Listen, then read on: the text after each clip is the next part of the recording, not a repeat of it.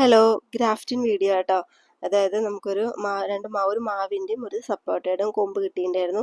അപ്പോൾ അത് ഗ്രാഫ്റ്റ് ചെയ്ത് വെക്കാൻ വിചാരിച്ചു. അപ്പോൾ നമ്മളെടുത്ത സയോൺ പീസ് നമ്മൾ വി ഷേപ്പിൽ കട്ട് ചെയ്തിട്ട് റൂട്ട് സ്റ്റോക്കിൽ വെച്ച് നന്നായിട്ട് പ്ലാസ്റ്റിക് കവറില്ലേ, പ്ലാസ്റ്റിക്കിൻ്റെ അത് വെച്ചിട്ട് നന്നായിട്ട് ടൈറ്റിൽ കെട്ടി വയ്ക്കുക.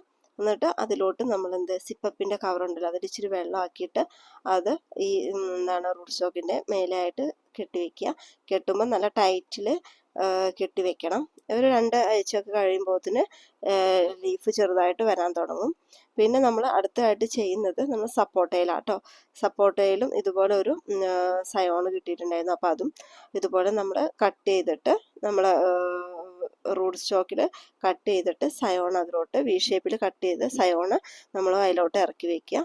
എന്നിട്ട് നന്നായിട്ട് ടൈറ്റിൽ കെട്ടുക. അപ്പോൾ ഞാൻ ആദ്യമായിട്ടാട്ടോ ഇതിപ്പോൾ ഗ്രാഫ്റ്റിംഗ് ചെയ്യുന്നത്. ഏട്ടൻ ചെയ്യുന്നത് കണ്ടിട്ട് ചെയ്യുകയാണ്. അപ്പോൾ ഇതിൻ്റെ ലീഫ് വന്നിട്ടുണ്ടെന്നുണ്ടെങ്കിൽ 2 ആഴ്ച കഴിഞ്ഞിട്ട് ഞാൻ ഇതിൻ്റെ റിസൾട്ട് പോസിറ്റീവ് ആയിട്ടുണ്ടെങ്കിൽ ഞാൻ ഇത് അടുത്ത വീഡിയോ ആയിട്ട് ഇടാം കേട്ടോ.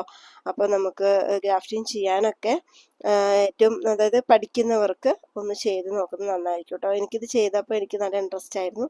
അപ്പോൾ ഇത് അതായത് സക്സസ് ആയിട്ടുണ്ടെന്നുണ്ടെങ്കിൽ അടുത്ത വീഡിയോ ആയിട്ട് ഞാൻ വരാം. Okay, by.